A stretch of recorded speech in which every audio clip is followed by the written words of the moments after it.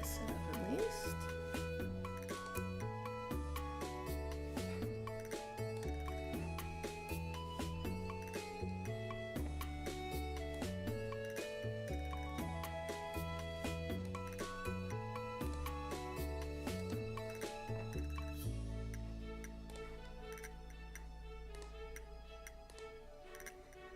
Where did I find the share option last time?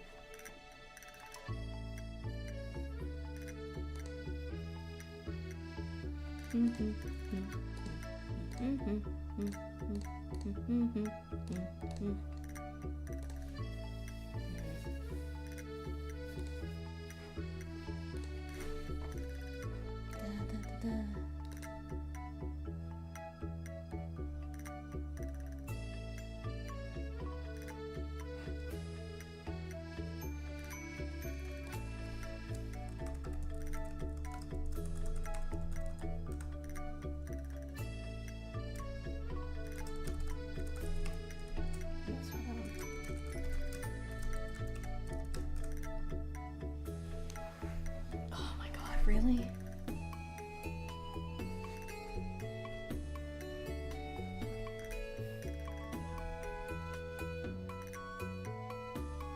There we go. Here's the share button.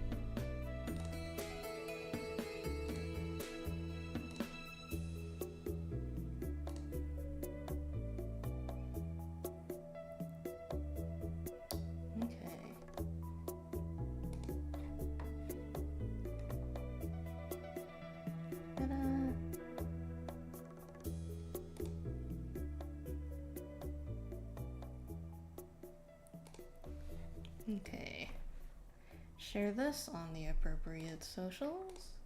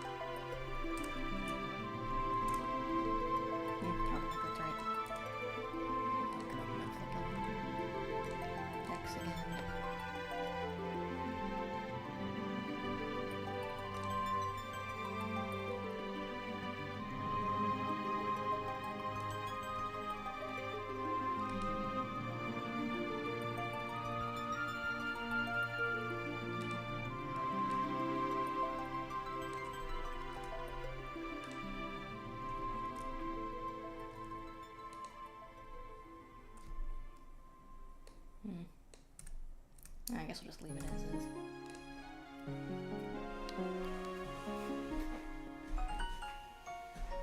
Come on. There we go. Okay. Now it has been announced, at least. Okay, it says that music is still going, but I'd like to check if it is.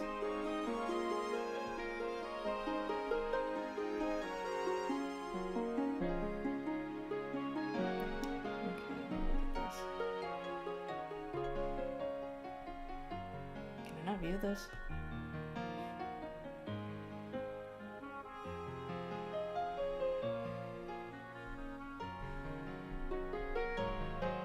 Okay, so I have no idea to check if the music is working or not. Well, I guess we'll just go as is, and I'll look at it later. See if it came through. It says that it is. I at least hope it's not drowning me out when I'm speaking. Hopefully not. I might turn the levels down just a little bit more, just to make sure I can definitely be heard. It's just supposed to be some nice ambient noise while I go about my other business. Okay, let's get into things, at least. Alright.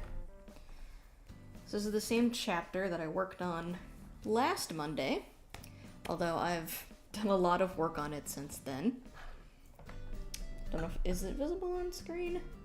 Yeah, it's visible on screen, but you can see here in the corner I've got a whole first page of panels done. This is like 25 panels all in one. Alright, now we're moving on to something slightly different with this section here. We're doing a lore drop segment, which is basically just my take on trying to be a little more creative with delivering world exposition and details like that. Because I love world building stuff, but it's not always conducive to good storytelling to just ramble about the setting that you've created. So when I have these moments where I want to have the characters talk about things related to their world, I try to make it a little more visually interesting. And I usually go into this flat monochrome style, where I try to display the imagery of what the characters are talking about through just single detailed images. So the dialogue actually carries a lot in these segments. And I'm not going to talk about what the actual story going on here is, although I feel like it's probably something you can piece together by looking at it. But I still want that to mostly be a surprise for people. So, we're just gonna move on. And I like doing these because it's just a nice little break from the style that the rest of the comic is in, my usual way of drawing these characters. It's just fun to do something a little different for a bit.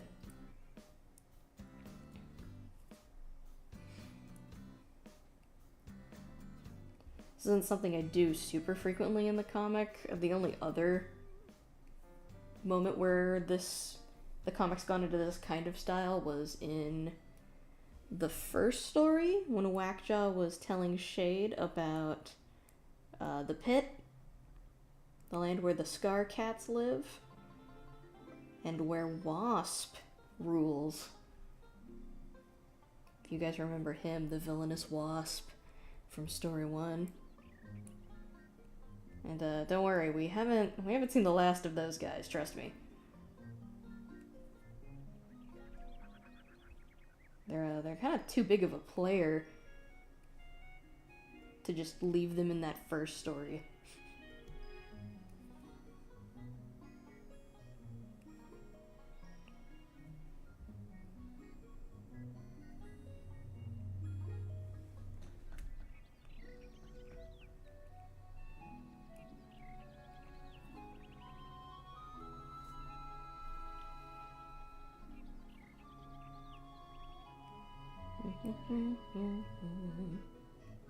It is a shame that I don't get to hear the music. But, well, with an open mic, there's not a ton I can do.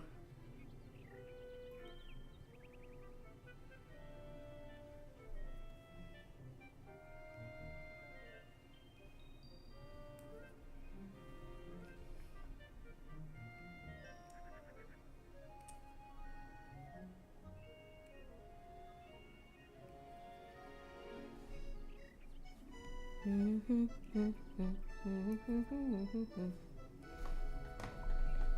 know, actually, I think I do have a solution, which is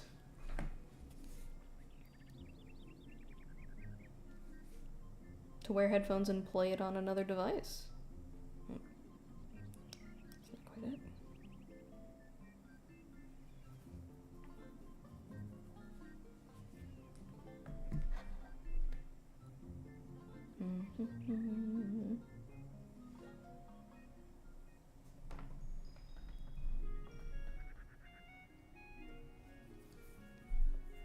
All right.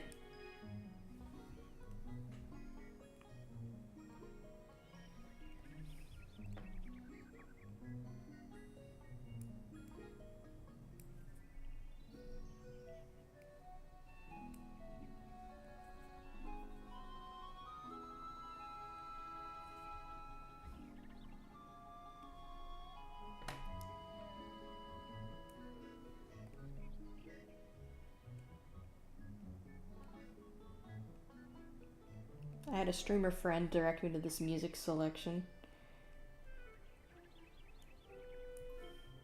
because I unfortunately was not having a very easy time finding anything, and trying to make my own vibe track kind of wasn't working too much.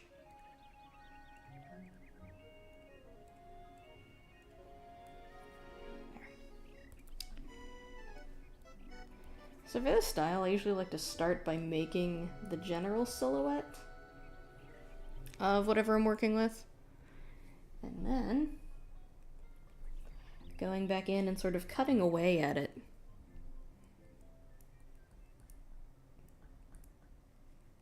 It's a style that kind of is meant to imitate a woodblock print.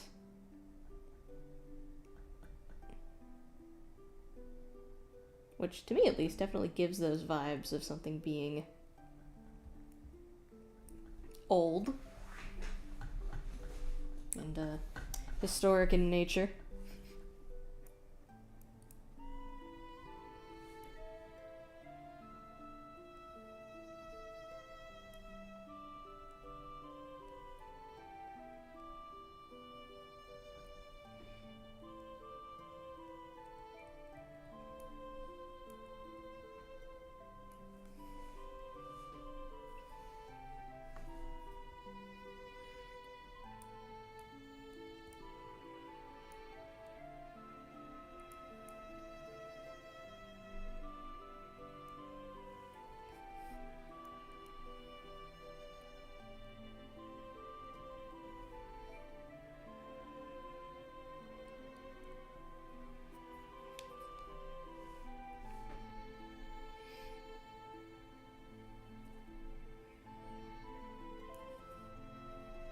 I'm adding in these swirl accents because it was something I established in earlier panels up top.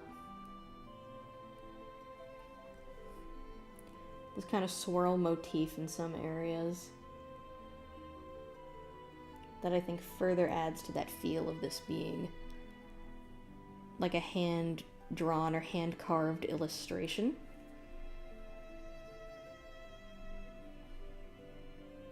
Because to go into a little more detail, the characters are basically... One of the characters, Fern, is telling the other two a story, or a legend, about times that no longer exist and may not have ever existed. That's the fun part about legends.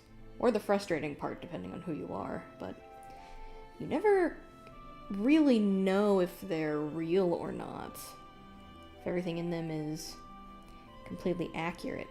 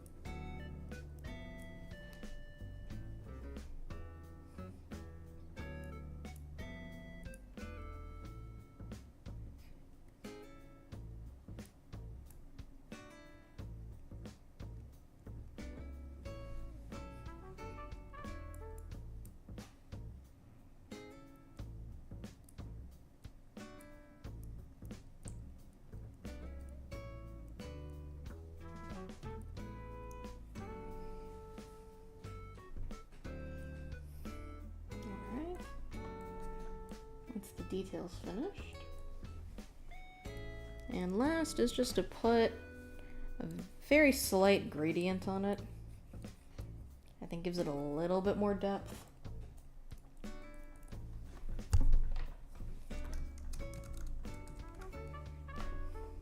All right.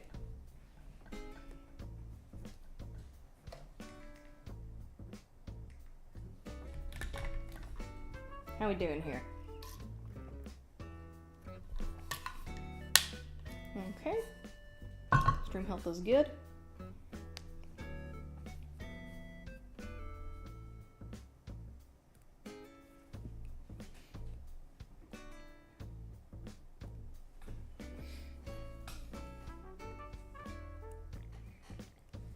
I've got this swatch circle sitting up here just so I can very easily re-reference the color if need be.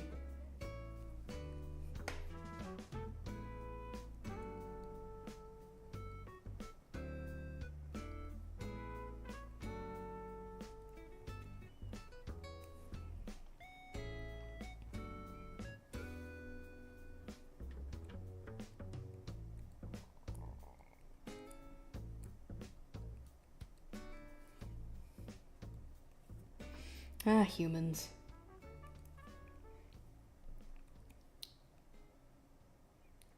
There's a reason why I made them all dead in my universe. Mostly so I didn't have to draw any directly. The silhouettes are fine, though. Those I can handle.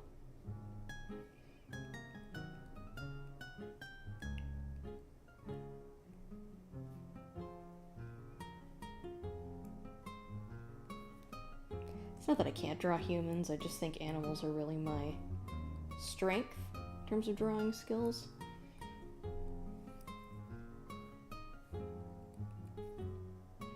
If I did draw something featuring humans, I feel like it would take forever.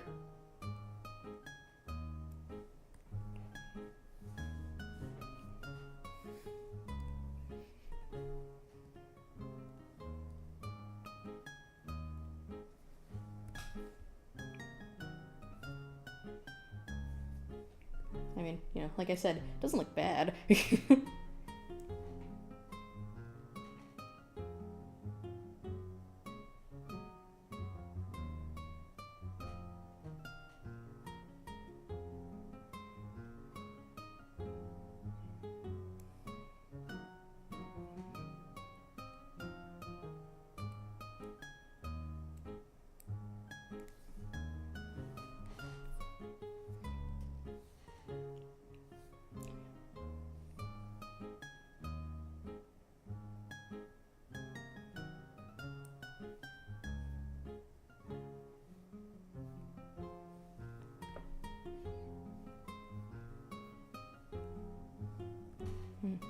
This doesn't connect to there.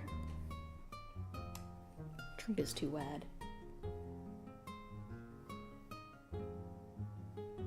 There we go.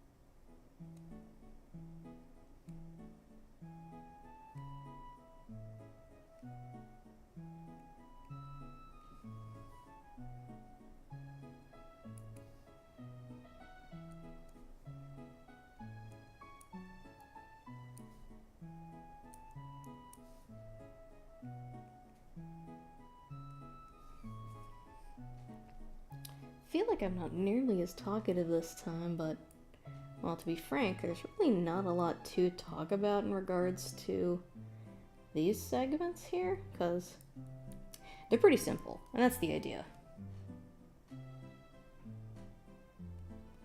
They're designed to be easy for me to just sort of put out.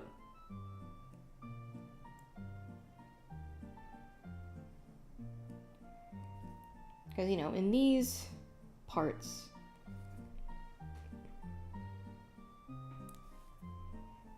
I'm not so focused on, like, you know, high quality visuals or whatever the hell.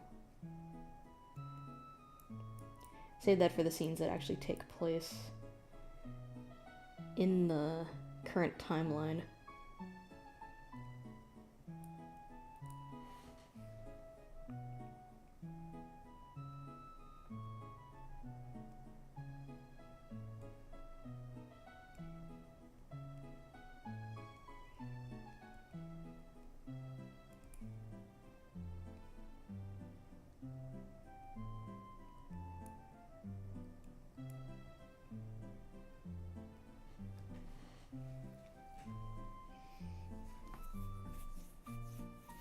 I hope the music's chill, at least. These vibes seem like they're pretty bouncy.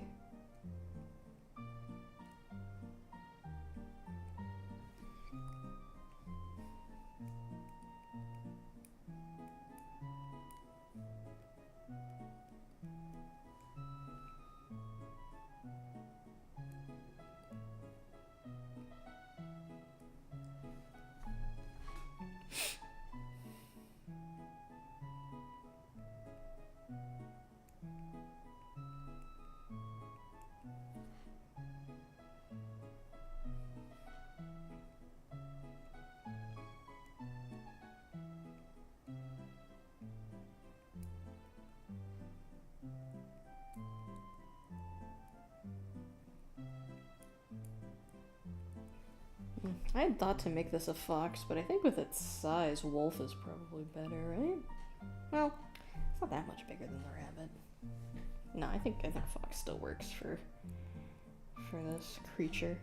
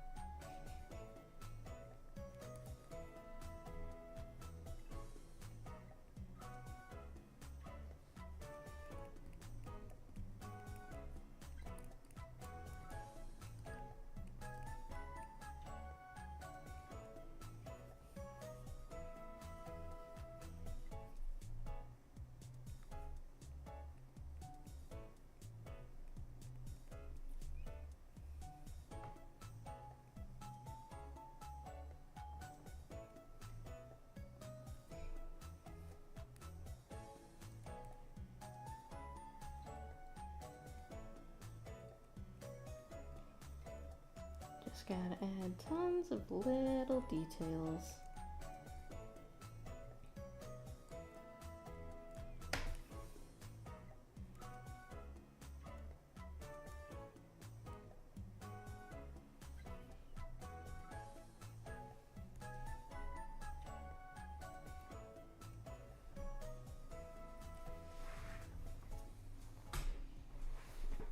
Alright, gotta do the person, the human.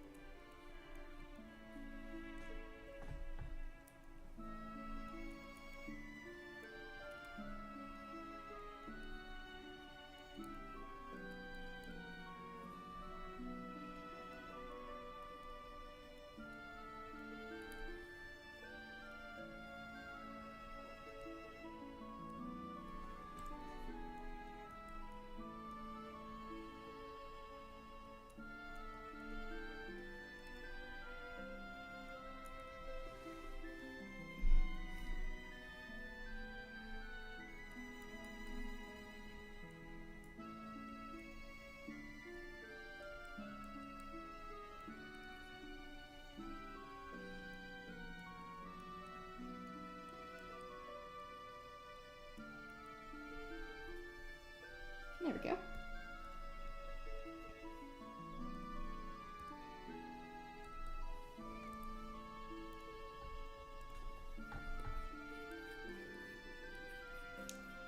Get that dark gradient in.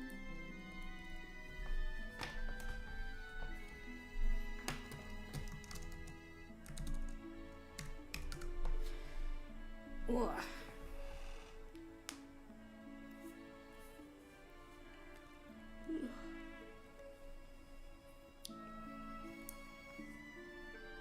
Man, this makes pretty good at picking up good sound quality. Super sensitive.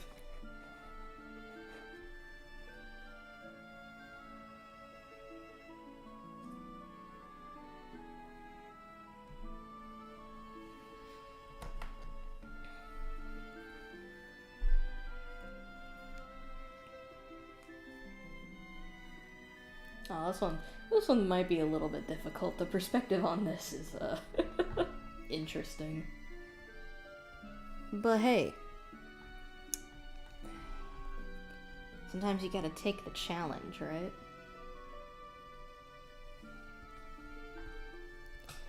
Alright.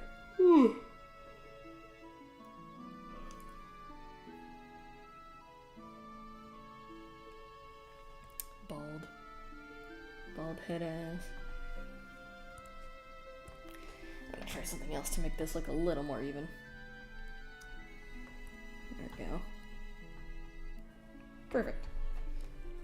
Perfect shape to start with for a head.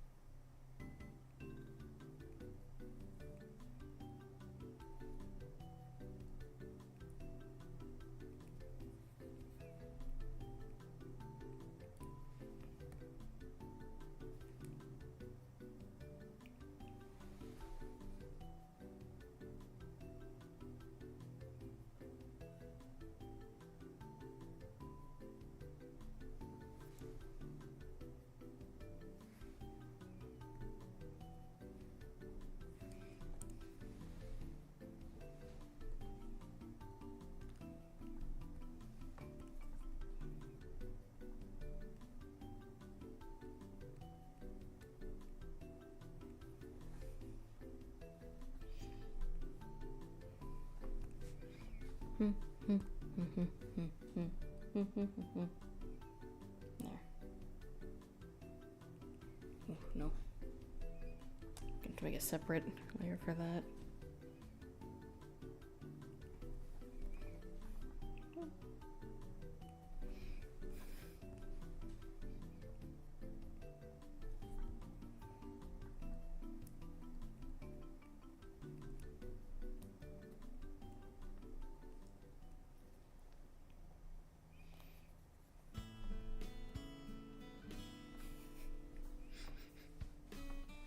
One of my favorite story concepts is humans as high omnipotent beings. The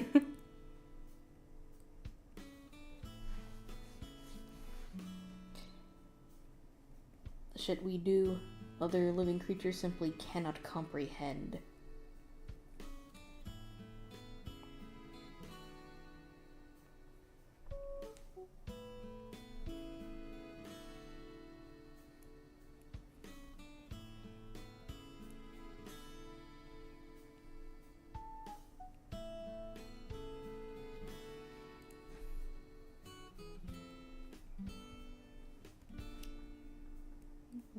What song is this? Ah, Animal Crossing.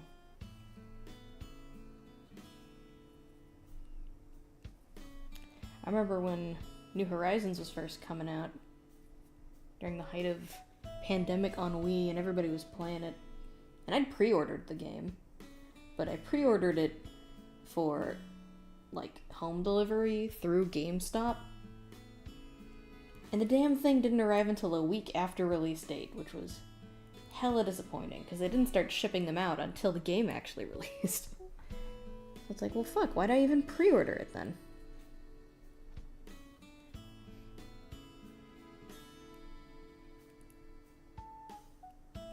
Well, kind of ended up learning my lesson on that one, which is that if you want the game on time, go pick it up, you know? Like, don't be lazy about it. You know, you can't do things the lazy way and then get mad when it doesn't happen exactly the way that you wanted it.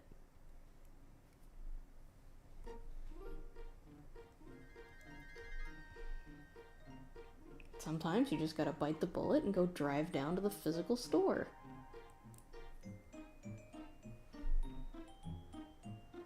Certainly a lot better than waiting.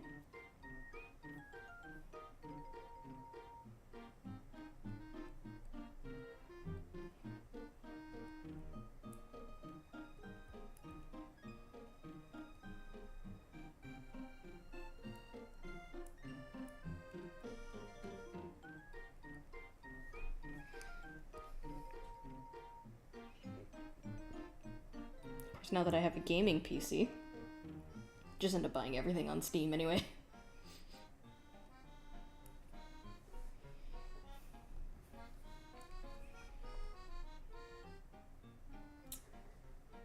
Okay, well the fingers look like sausages, but you know what? I'm gonna call that good, because I don't want to spend a shit ton of time on this, if I'm being completely honest. I think it still reads fine, though.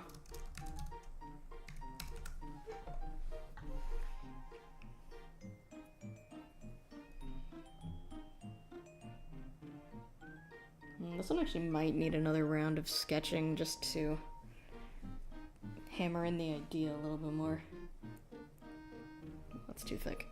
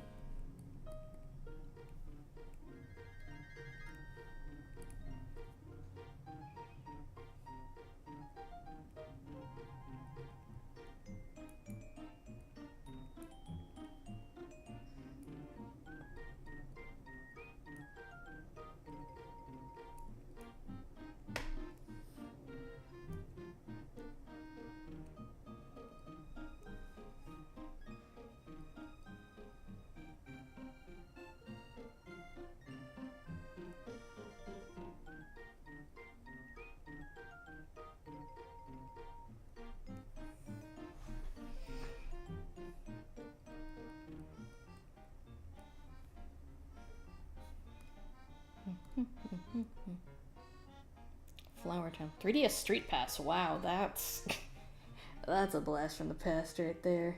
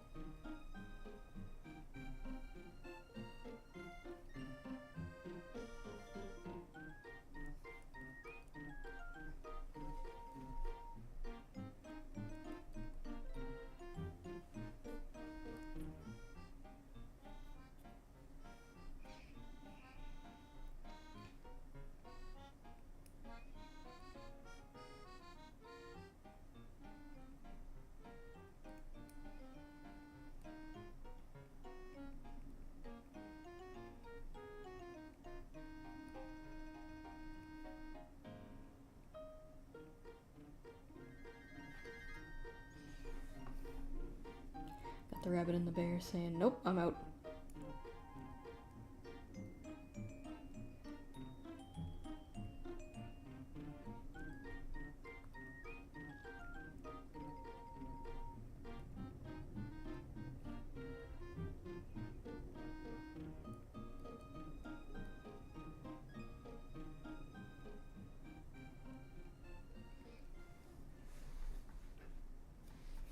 Bears were difficult to learn to draw, but also very entertaining.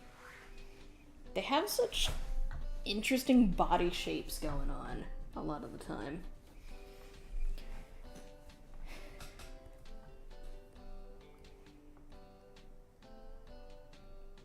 That layer, that's that layer. I was gonna make sure you're not drawing on the wrong layer. That's a mistake nobody wants to make.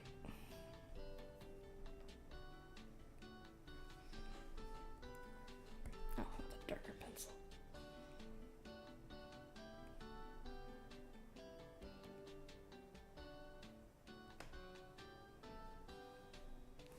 Wow, don't know why I drew the nose on. We're gonna tackle that with the actual pen later.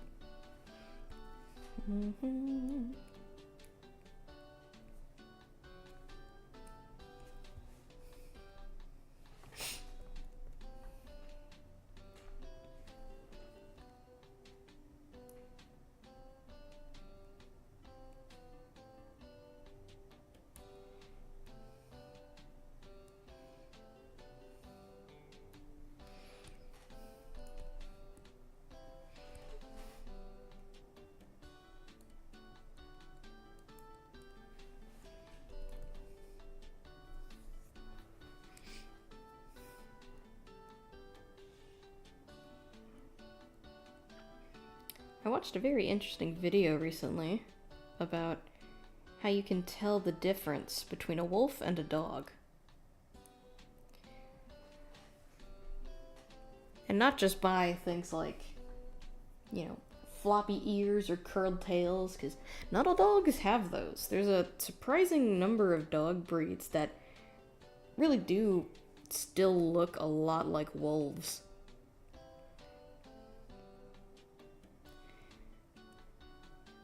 But what the video creator went over was just some general differences in body type that are certainly a lot more reliable than looking at those other sorts of domestic features. And the main one that they pointed out was the dog's chest versus the wolf's chest. And they pointed this out by having basically, like, pointing out they had, like, a dog, and then they had, I guess, what was a wolf dog. So they showed the difference by pointing them out and said, look, so the dog here, when they're sitting or standing, their legs are spread farther apart because they got this big round barrel chest. Wolf, however, doesn't have that. Wolf's actually pretty thin in the chest. So when a wolf is sitting, they sit and their legs meet, like, right in the middle, because they don't have that large chest area blocking everything.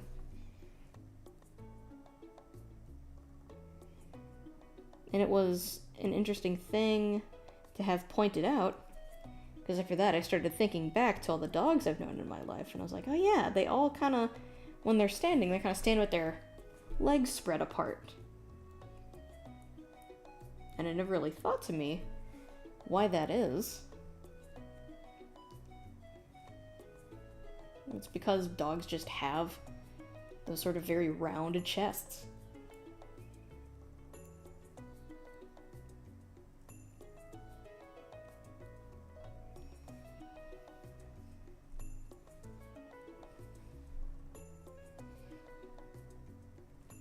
So I guess if you guys ever find yourselves in the wild for some reason, or out in a place where wolves exist, now you'll be able to tell if it's a wolf or a dog.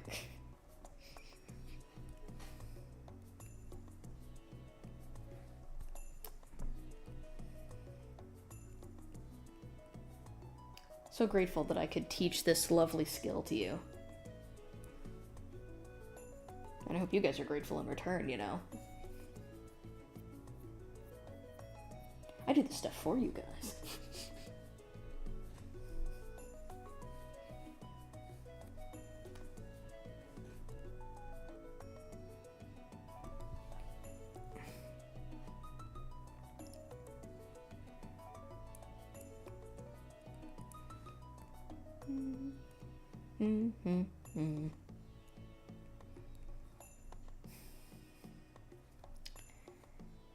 Well, I suppose in the end these streams will still be good practice for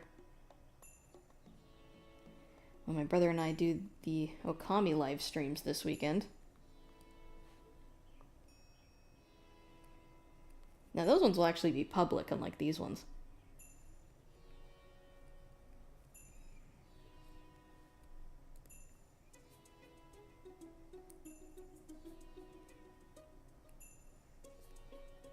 More swirly swirls.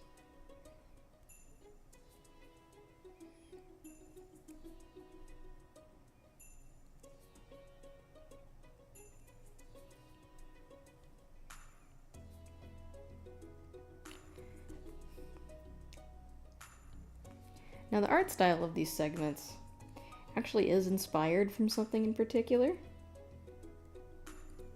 which I won't name, because I think it'd be more fun for audience members to guess.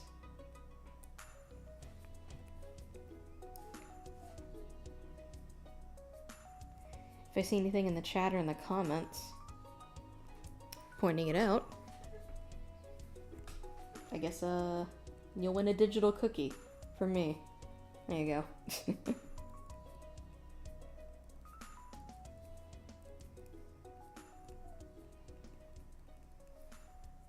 Poor dear, so easily frightened.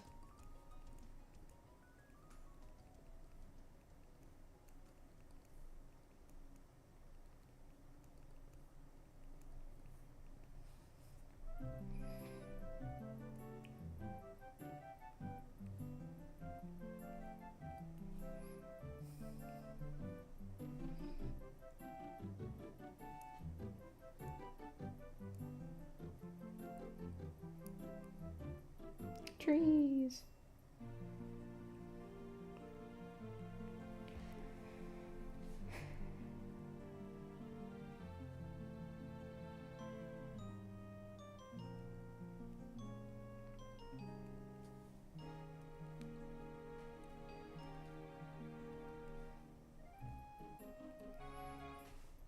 My skill level with trees is in kind of a weird spot.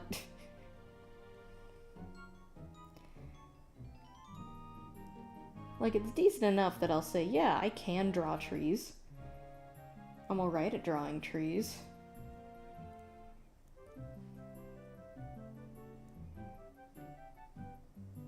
But I don't know if I can call myself seriously skilled at trees. My trees tend to look kind of simplistic.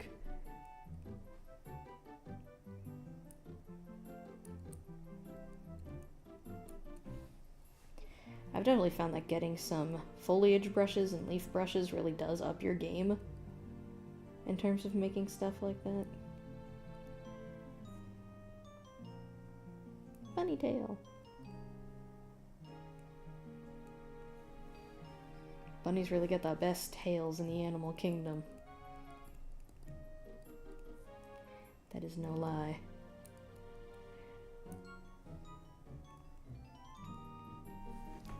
I've got an online friend who's obsessed with rabbits, which is pretty entertaining because you don't really meet a lot of people who are super into keeping rabbits, you know? Like, I think most people in the world are either settled into the camps of being a dog person or a cat person. How often do you meet, like, an actual bunny person? Somebody who's like, oh, the ideal pet for me is a rabbit. It's super unique.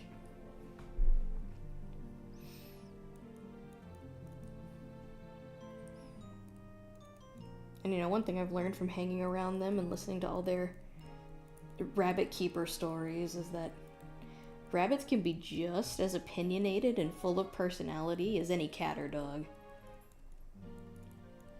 Like, those guys can have little attitudes sometimes. It's wild.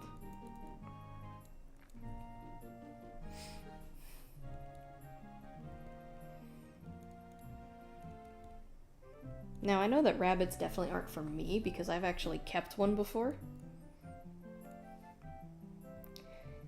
In all honesty, it was kind of a whim purchase, and we probably shouldn't have done it, to be honest. But, like, I don't even quite remember how it happened, because, like, my sister had just gotten a rabbit, and she was all over that thing, you know, she loved it. She had wanted a rabbit so, so bad for the longest time. And I don't remember ever saying to my mom, gee, I wish I had a rabbit. But I didn't really have any of my own pets besides the dog, but that was still like the family dog. So it's not like he was really mine.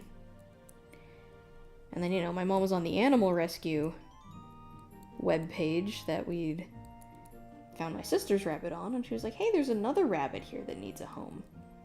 Do you want to go get him, Kim? And then, you know, I was like, sure, why not?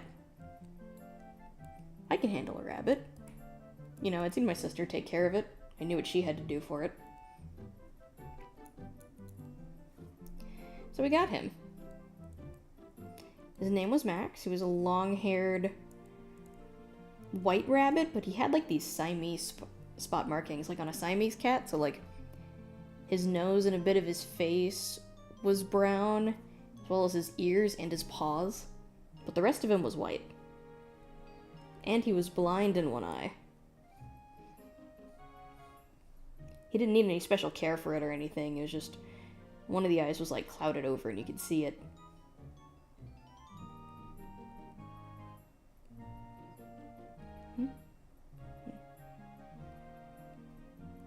And we never knew how old he was. The people who'd rescued him, they'd actually rescued him from a seller who was breeding rabbits to feed, like as feed for other animals. So like if somebody owned a pet snake or something, could feed him one of these guys' rabbits. And normally feeder rabbits aren't good pets, because normally they're just supposed to be like wild rabbits, but a part of me suspects maybe there's something a little bit shady going on with that seller, because Max is definitely not a wild breed of rabbit. Like, this was a domestic rabbit breed. And he was there, and when the rescuer came up to the box and put her hand in, he just snuggled up right next to her, and she was like, okay, he can't stay here. So she took him home, and then they put him on the adoption board. And then I took him. And I looked after him for I want to say 7 to 8 years. And it's kind of miraculous that he didn't pass away from old age while I had him, because we didn't know how old he was, and the rescuers didn't know either. But he was already like a full-grown rabbit when I had him. And normally they only live like 7 years tops, even in captivity. But the rabbit just kept living.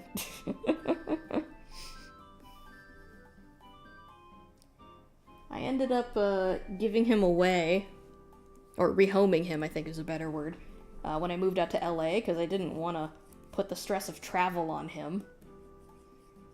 It's really not good for rabbits. And I discovered over the course of caring for him for all those years that rabbits were definitely not my cup of tea.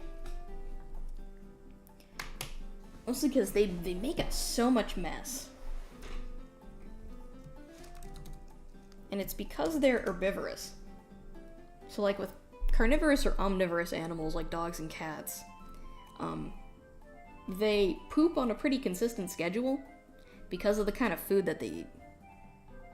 Because herbivores eat mostly like plant material, which is really fibrous, and they're constantly grazing throughout the day, they are constantly pooping all the time.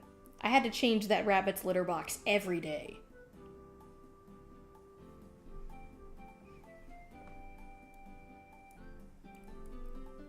Of course, the good thing is that since they only eat plants, it doesn't stink as bad as like dog or cat poop. That was like the only saving grace. He was also a huge mess maker just in general. Like he loved to kick his bedding out to the sides of the cage, and that would usually result in him kicking it out of the bars. So every day there was just a ton of bed litter all around the border of the cage. The guy did not like sleeping on anything soft. I would put all kinds of materials in there for him to like nest with, and he would just push it out of the way and sit on the bare cage floor. Wild. I couldn't imagine that was comfortable, but he seemed fine with it. So, you know, if it works for him, it works for me, I guess. And then since he was a long-haired rabbit, I had to brush him constantly to keep his fur from getting tangled. Which was just a lot of maintenance for me. But I did it. I kept up with it, you know. I was as good of a rabbit owner as I could have been to him, I think. But, you know, as much as I do miss him, I was also kind of relieved to give him over to somebody else. I ended up rehoming him with somebody that my mom was in contact with, who actually owns like a mini farm on her property. They've got like an acre or two of land in the back, and she already had a bunch of rabbits that she cared for. They were kept outdoors in like a rabbit hutch. You know, a nice little outdoor enclosure. And I was like, oh, this is great. He can go somewhere with somebody who's very experienced in caring for rabbits. And somewhere that he can be social with other rabbits, because I'd kept him as a single rabbit. So he didn't have anybody else to socialize with, unfortunately. Which, you know, rabbits are pretty social creatures in all things. So I was like, oh great, this is perfect for him. So even though saying goodbye to him was a little bittersweet, I at least felt good about the fact that I knew he was going into good hands, you know, someone who was going to take care of him. Unfortunately, though, I haven't checked up on him at all. It's been several more years at this point. I don't even know if he's still around. I don't know. Even if he's passed on at this point, I'm sure he had a great time at the rabbit farm.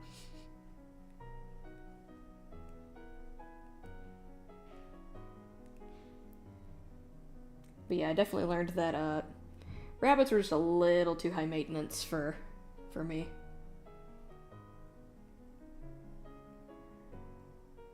A little too high maintenance and not really clean enough for my standards.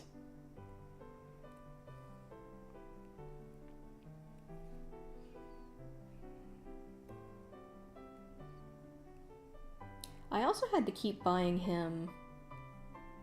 I had to buy him these disposable, like recycled paper litter boxes because he had a really bad habit of chewing on the plastic litter boxes. Like, I bought him all sorts of other chews for him to whittle his teeth on, but he really liked chewing on his litter box. So if I ever got him a plastic, cleanable, reusable one, he would just start gnawing away on it and break pieces off, and I was like, okay, that's definitely not good for him. Which is when the disposable ones came in, and since they were just made out of paper, he could chew them up. It wasn't a danger to him, It's just what he preferred, Sometimes your animals just tell you what their preferences are, and you just kind of have to live with it.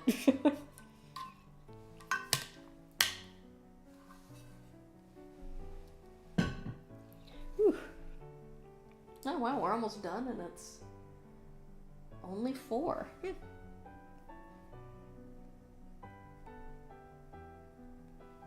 Well, I might end up making this just a shorter stream.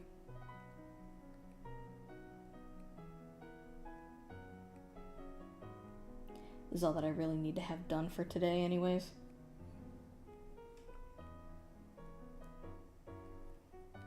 We will see.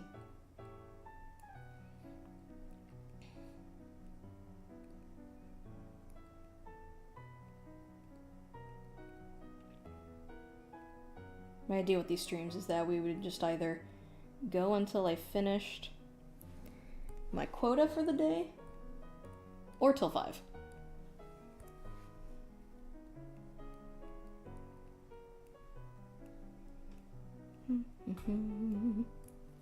There's a nice chicken. Okay, it's 4 o'clock. I'm gonna take a 5-minute break to stretch, get some water, and all that other good stuff. I'll leave the music on for you guys to enjoy. See you in a bit.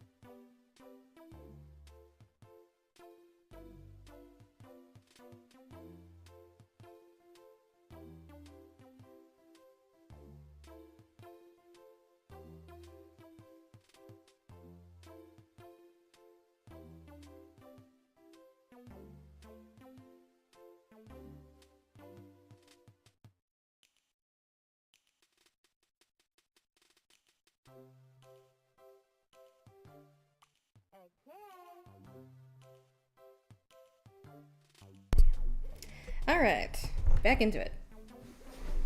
And firstly, I'm gonna change the music for this last bit. I think we've been listening to this one long enough. Let me see what else I can find on this channel here.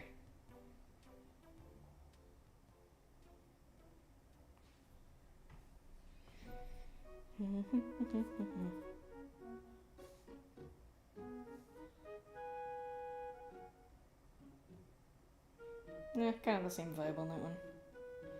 Hip-hop video games. How's that?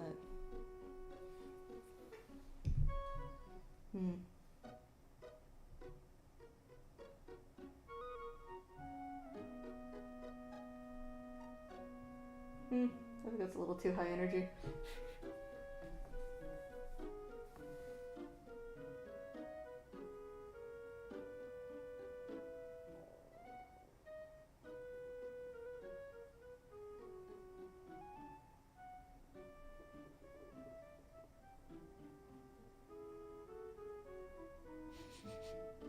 Some of these are kind of funny. Okay, sure, we'll listen to the Goofy Space video. Okay. Let me get this pulled up for you guys. There we go.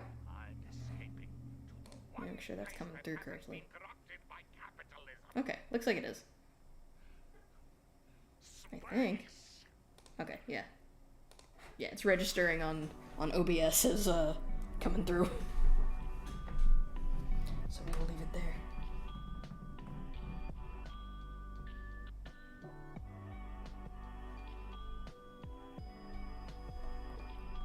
There we go. Okay, that should be some nice energy for rounding out this session. And since we probably won't get through most of it, we can pick up with the same audio next time.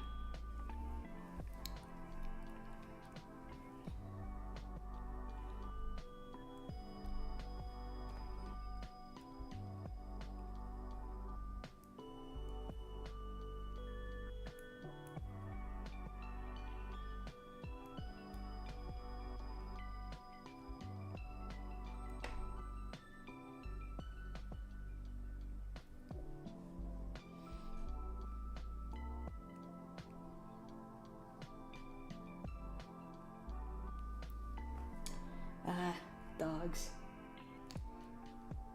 You know, when it comes to pets, there's a lot you can choose from, but it's really hard to go wrong with a classic dog.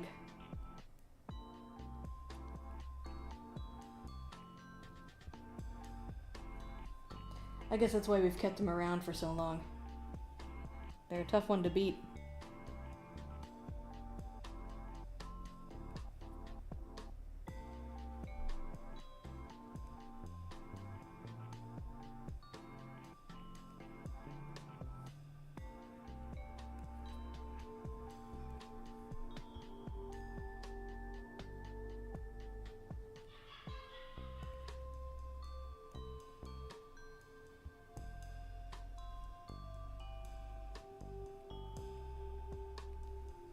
Nah, I'm not gonna have that foot visible. We'll just leave it as.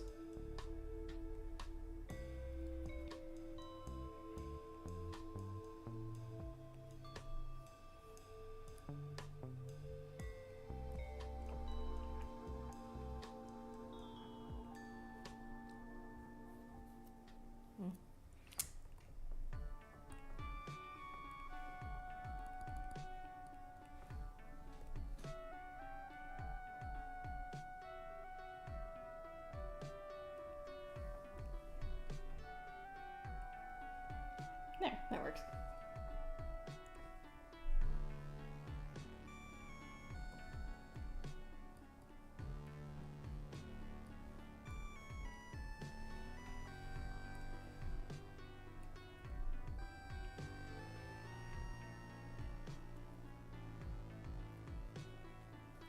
All right.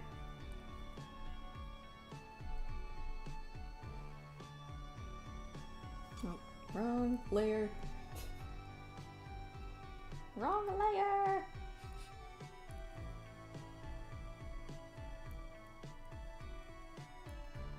What should I talk about this past bit?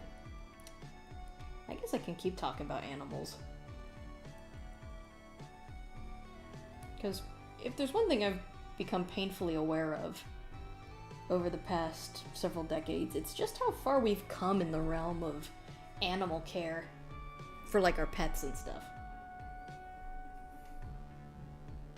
Because I remember for me growing up, you know, I was born at the tail end of the 90s, so my childhood was primarily those early 2000s days. But the mentality, or the knowledge that we had in that time was kind of just still, I think, the mentality people had in the 80s and the 90s. Which is that, as long as you fulfill the animal's basic needs, you're fine, you know? You buy them the bag food at the pet store. You fill up their water dish every day. You walk them if they're a dog. You change the litter box if they're a cat. You sprinkle food in their bowl if it's a goldfish. And that's it. I don't need anything else. But now today, like, the things and the tools people use to care for their pets are just insane, you know. We've got treadmills for dogs and exercise wheels for cats. There's all sorts of newfangled pet toys, all desired to, like, you know, stimulate your animal's instinctive need for play. Everybody's advocating for, like, raw food diets. People are taking their cats outside on leashes, which is something that I never saw when I was younger.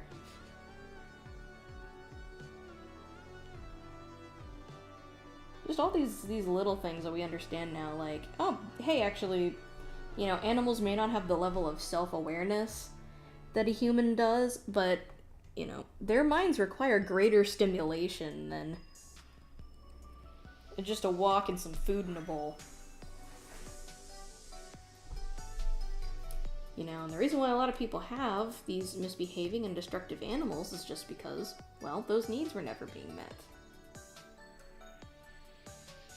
And, you know, I don't think anybody who behaved like that is or was a bad pet owner. A lot of them just, we didn't understand these things about animals the same way that we do today. About what, you know, animal care really required.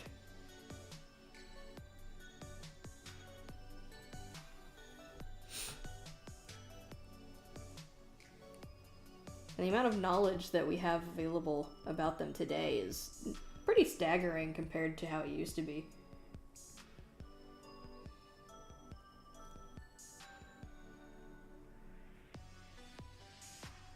It's kind of because of that I look back on the family pets that we had in the past, and I take a second glance at it, and I go, you know, in hindsight, we probably used to be bad dog owners.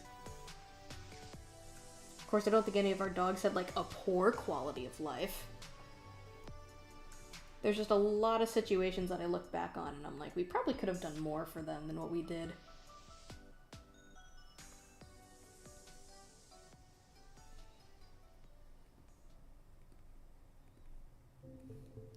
you grow and you learn.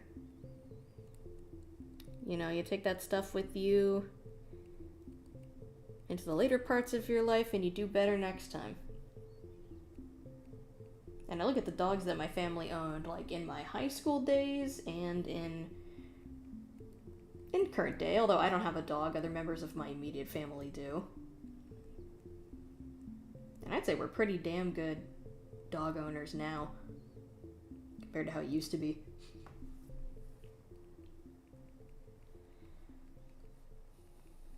I think perhaps the best personal anecdote I have of this, like, change in animal care perception is probably actually with our cat.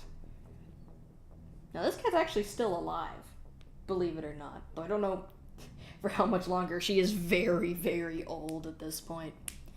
But, back when we first got her, we actually ended up getting her declawed because she was causing a lot of problems around the house and she kept scratching us when we had to, like, you know, pick her up and take her places to, like, take her to the vet or something. She's got kind of a grouchy attitude. That's just how she is. She is really affectionate, though, just in general. And, you know, back in the day, this is when I was pretty little, it was actually kind of considered fine procedure to declaw a cat. It wasn't, like, something the vets ever recommended. You know, like, not everybody was out getting their cat declawed, but if you had serious problems with your cat scratching things up, it was an option that people recommended to each other and that vets were more than willing to do. Of course, now I feel like people hear something like that and they go, oh my god, how could you do that? That's awful. Because, you know, if you guys don't know how declawing a cat works, what it actually does is it removes the first, basically, finger joint on their paw. It's like if you look at your own hand, if you can imagine that spot at the very top that includes your fingernail, that's just gone. And what it actually leads to is it actually leads to a lot of physical problems for the cats. Like, not only, cats really do need their claws. You really shouldn't take it away from them. It's how they defend themselves. You know, it's part of how they interact with the world. It's like taking away a dog's teeth. Though sometimes you have to do that for medical reasons, but you don't want to. It's kind of their primary way of interacting with the world.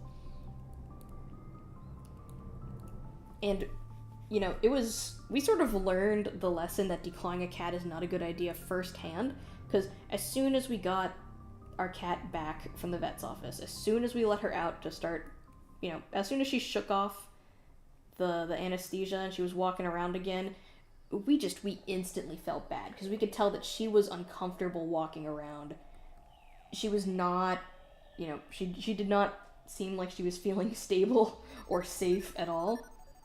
And we all just kind of looked at each other, and my mom was the only one who voiced this, but she said, we are never doing that to a cat again. And we all agreed.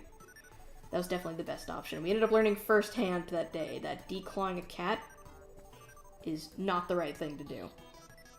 Which today is pretty much just common knowledge, but back then when we initially did it, it was considered like a fine thing to do, like not a big deal.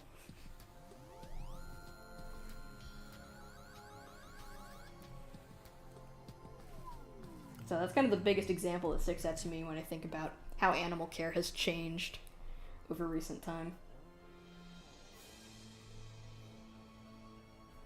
And, you know, our cat still does well. She's adjusted to life without claws. I mean, she hasn't had them for over a decade at this point. I think that cat's gotta be, like,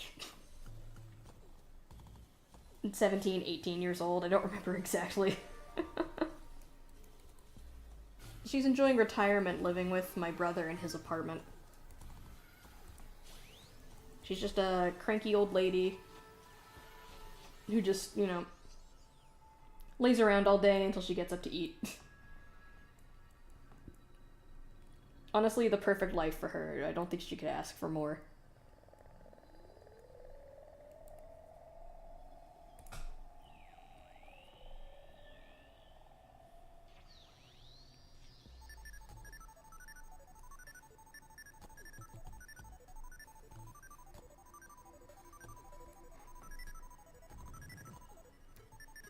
My parents have definitely decided that cats are not the animals for them.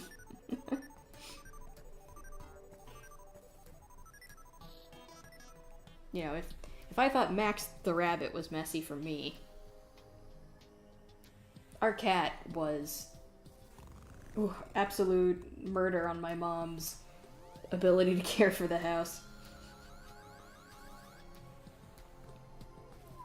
She had this habit of just peeing on things. On, like, everything. And this is a girl cat, not a boy cat. And she would usually do it after we'd come back from trips, after we'd been gone for a while. We find that she's been just, like, peeing against the wall and not using her litter box.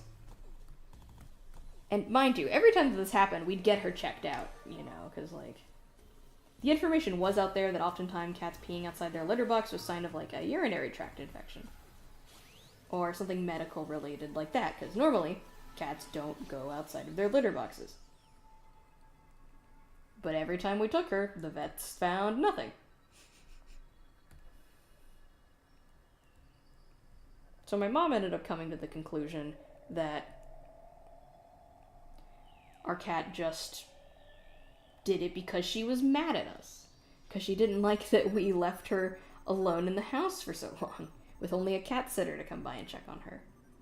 Because our cat, she is very affectionate. She actually quite loves being around people and being petted by them. So that was the conclusion that my mom came to. But the peeing issue was so bad that it really ruined the carpet where she did it. So my mom tore the carpet up. And for the longest time, we just had, like, bare wooden stairs there. Because she said, I'm not going to get it repaired until that cat's no longer in the house.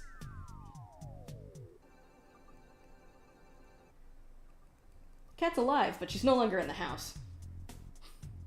So, Mom did end up getting her floors redone eventually.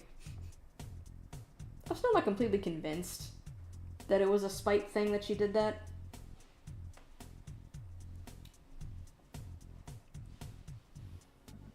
Of course, I don't have any better theories as to why. Outside of, I don't know, I feel like maybe she was a little understimulated.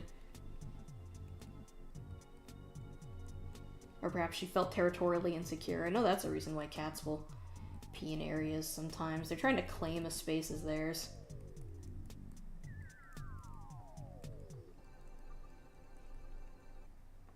And she lived with dogs for a lot of her life. The dogs could have been making an impact on how she felt about the space.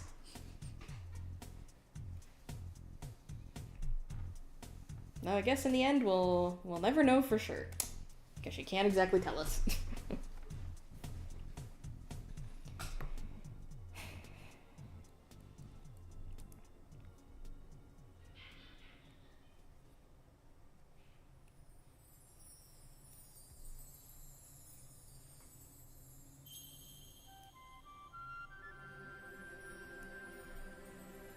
My parents have 2 dogs now.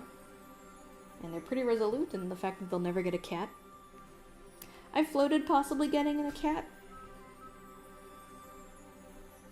for our house, but Mom wasn't a fan of that idea. Because, you know, she thinks it's gonna ruin the house again. Just like it did for our house. But, you know, I keep trying to tell her, not every cat does that, you know? Plenty of cats that don't pee outside of their litter box.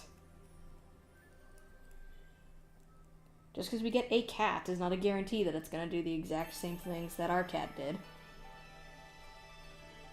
And we don't have any carpet in this house. It's pretty much all hardwood floors, aside from, you know, the rugs that we've decided to place in it.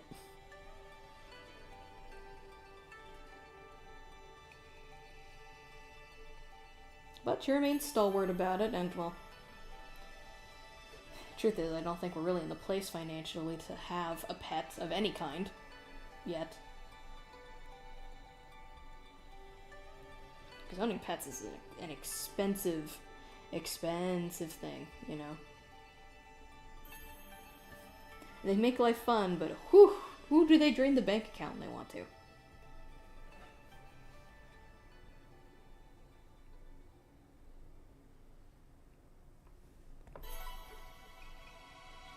Well, I think I'm fine being petless for the time being.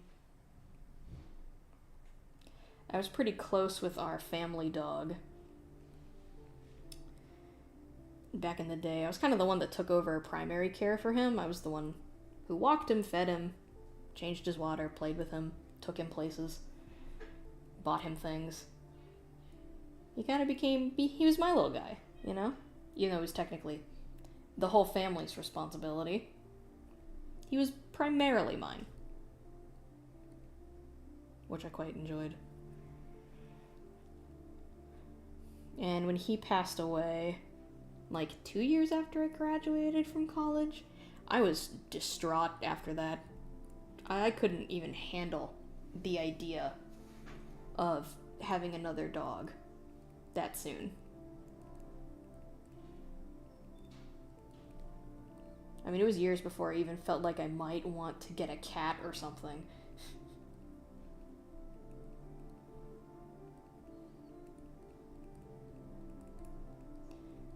So yeah, it's great to have a companion like that, but the emotional heartbreak once they're gone is a lot to deal with. So I think for right now, I'm still comfortable not having one of the time being.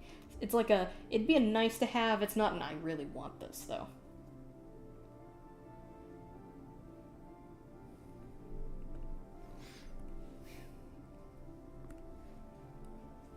Okay, I think we're just about done here. I just finished putting the gradients on these guys.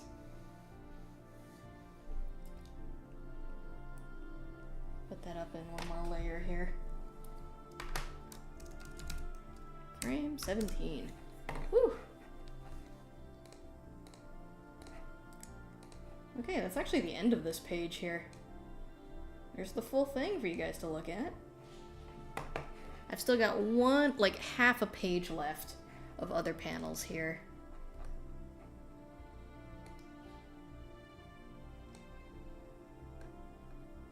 But then this one will be ready to go up. Once we get to it, this is still a couple chapters ahead.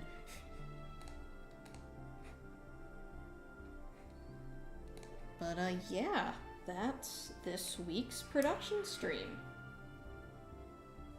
I hope you all enjoyed. I hope that everyone's enjoying watching these, whether you're watching them live or in retrospect at the VODs on the Patreon.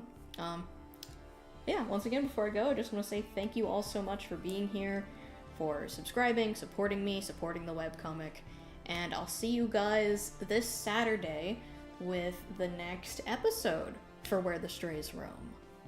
I hope everyone's looking forward to it. I know I certainly am, and